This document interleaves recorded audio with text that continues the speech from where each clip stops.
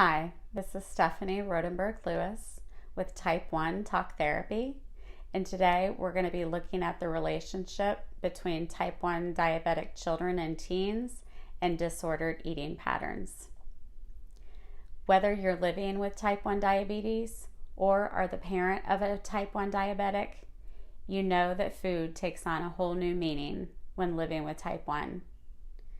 If we remove Type 1 diabetes from the equation for a minute, food is just fuel for our bodies.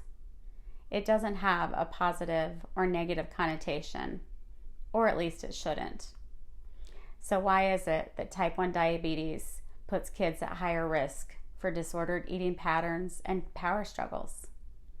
To have a better understanding of the psychological effects of food and Type 1 diabetes, we need to understand a little bit about the developing minds of children. Kids only have control over a few things in their lives, specifically eating, sleeping, toileting, and obedience.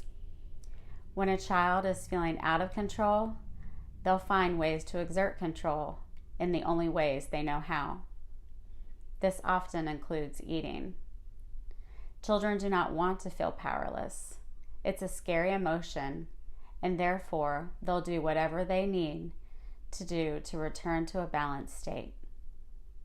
In an effort to teach our kids about diabetes management, parents may begin assigning value-laden words to foods, using certain words like high carb, low carb, good, bad. Suddenly, we're finding wrappers in our kids' rooms because they want to sneak certain foods. We assign these values to foods and tell kids how to feel about those foods. We often use the word control when we talk about Type 1 diabetes. Ironically, it's the control of Type 1 diabetes that may lead children feeling out of control in other areas.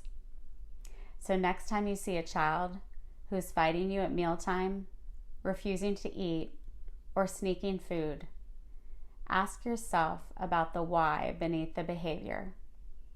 You may recognize that your child is seeking a sense of control. Thank you for joining me today. Again, my name is Stephanie Rodenberg-Lewis with Type 1 Talk Therapy. I've been living well with Type 1 diabetes since 1984. I'm also the parent of a Type 1 and a licensed therapist. See you next time.